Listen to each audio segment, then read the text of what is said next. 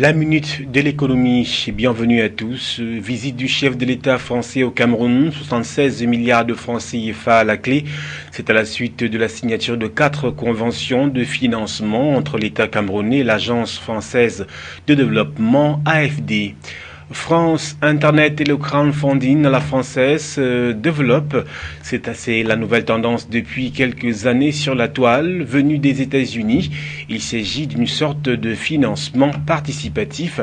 Zoom sur cette pratique dans ce programme. Voilà, madame, monsieur, pour les grandes articulations de votre programme économique. Bienvenue à tous. La minute de l'économie, madame, monsieur, une fois de plus, bienvenue à tous. Visite d'État, le chef de l'État français, François Hollande, était au Cameroun le 3 juillet dernier.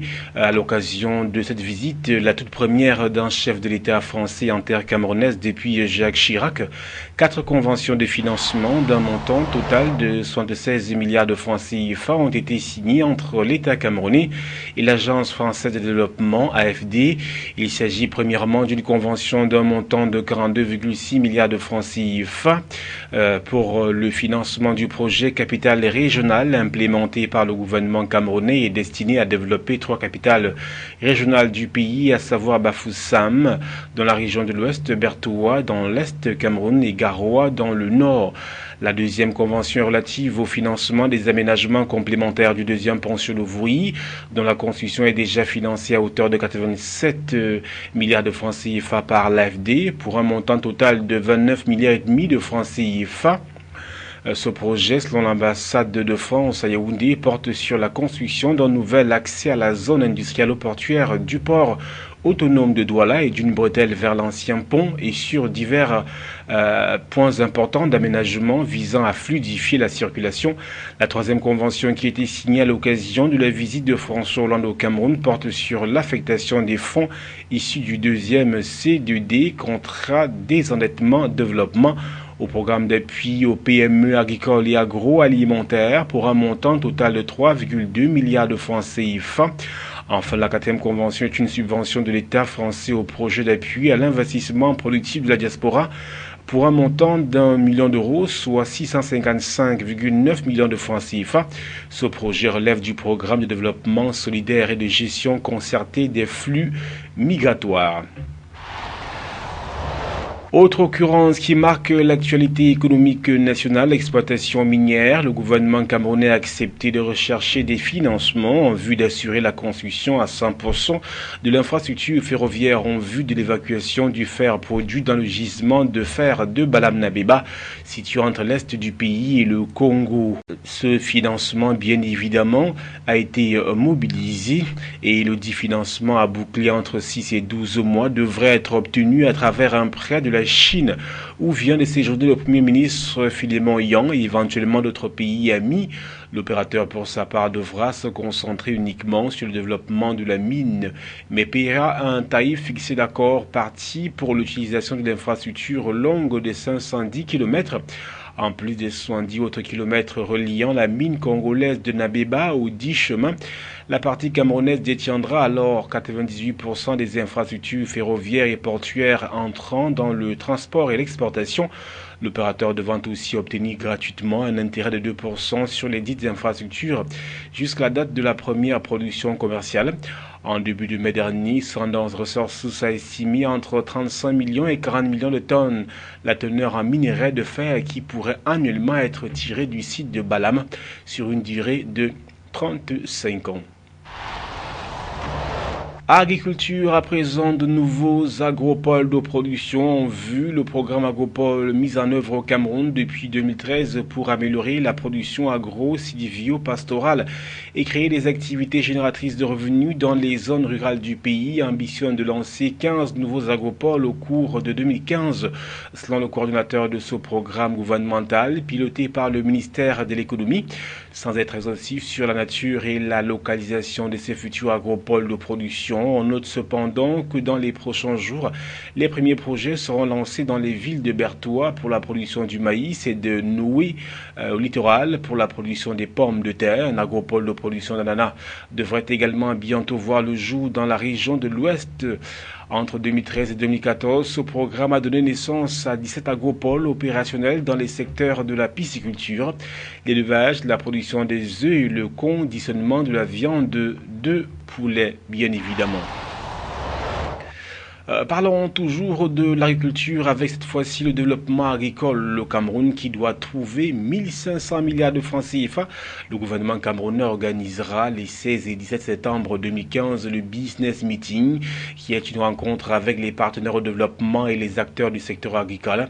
L'objectif principal de cette rencontre est de mobiliser les financements en vue de l'implémentation du plan national d'investissement agricole adopté en avril 2014 selon le ministre de l'Agriculture qui a présidé la première réunion préparatoire de ce business meeting le 26 juin 2015 à Yaoundé. Le gouvernement camerounais escompte des financements d'un montant total d'environ 1500 milliards de francs CFA.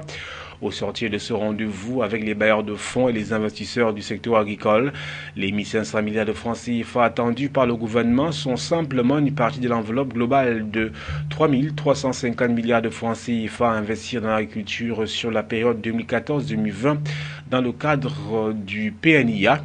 Les financements escomptés, selon le ministre Emmanuel Lazare et Sibumenieux, permettront concrètement au pays d'intensifier la mécanisation et la transformation.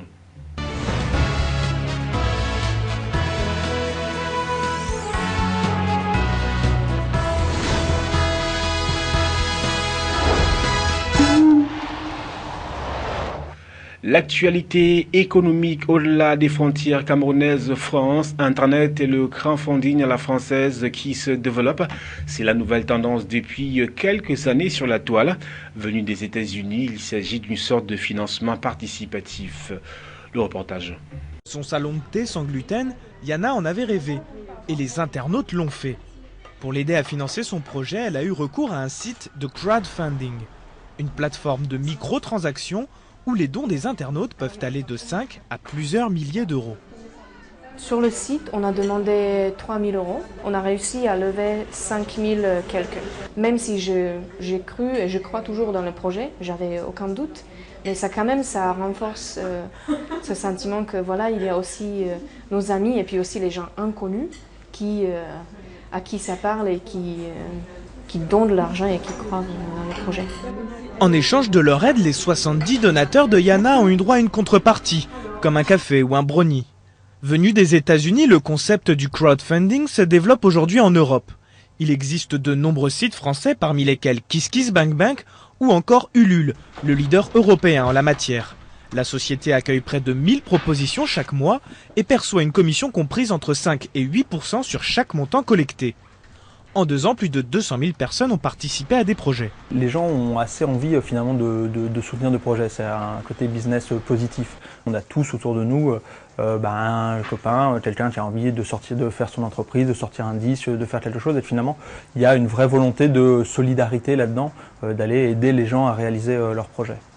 Et ça marche, comme en témoignent les créateurs de Noob, une web-série qui cartonne sur Internet. Ils ont demandé 35 000 euros à leurs fans pour réaliser un film et en ont récolté près de 700 000, 20 fois plus que leur budget habituel. C'est la plus grosse levée de fonds pour un projet de ce type en Europe. Les 35 000 euros, on les a eu en 16 heures, même pas. La communauté qu'on a acquise nous est super fidèle et super... elle suit de très près. Donc elle a converti au fur et à mesure des gens autour d'elle, donc ça nous a fait avoir une assise qui n'est plus négligeable maintenant. Ils ne font plus trop confiance, je pense, aux organes classiques. Attention toutefois, le crowdfunding n'est pas une solution miracle. De nombreuses idées n'obtiennent jamais l'adhésion des internautes et pour le moment, aucun dispositif légal n'oblige les porteurs de projets à tenir leurs engagements. Parlons à présent de thé, un produit cultivé au nord de la Russie, dans une localité, dans une région appelée Sochi, cultivé sur une centaine d'hectares de terrain. Ce thé fait la fierté des populations de cette région. Les pousses ont été plantées dans la région de Sochi et de Krasnodar en 1903. 110 ans plus tard, les champs de théiers s'étendent sur plus de 600 hectares. De quoi surprendre les amateurs de thé, plus habitués à déguster des infusions venues de Chine, d'Inde ou du Japon. Grâce à son climat subtropical, Sotchi abrite les plantations situées les plus au nord de la planète. C'est bien justement parce qu'on a une période hivernale, avec des températures qui descendent en dessous de zéro. Et grâce à cela, les éventuels parasites qui peuvent se développer dans le thé n'apparaissent pas ici. En conséquence, on n'a pas à utiliser de pesticides, ce qui en fait un thé plus écologique et qui a plus de goût. Une fois les feuilles cueillies, direction l'usine. Elles sont sélectionnées, hachées et affinées. Il en faudra 4,5 kg pour obtenir 1 kg de thé. En fonction du degré de fermentation, on en fera du thé vert ou du thé noir. Les 500 tonnes qui sortent chaque année de l'usine sont conditionnées soit en boîte, soit en sachet. Une petite révolution marketing pour Nina Vakrutcheva, la doyenne de l'entreprise.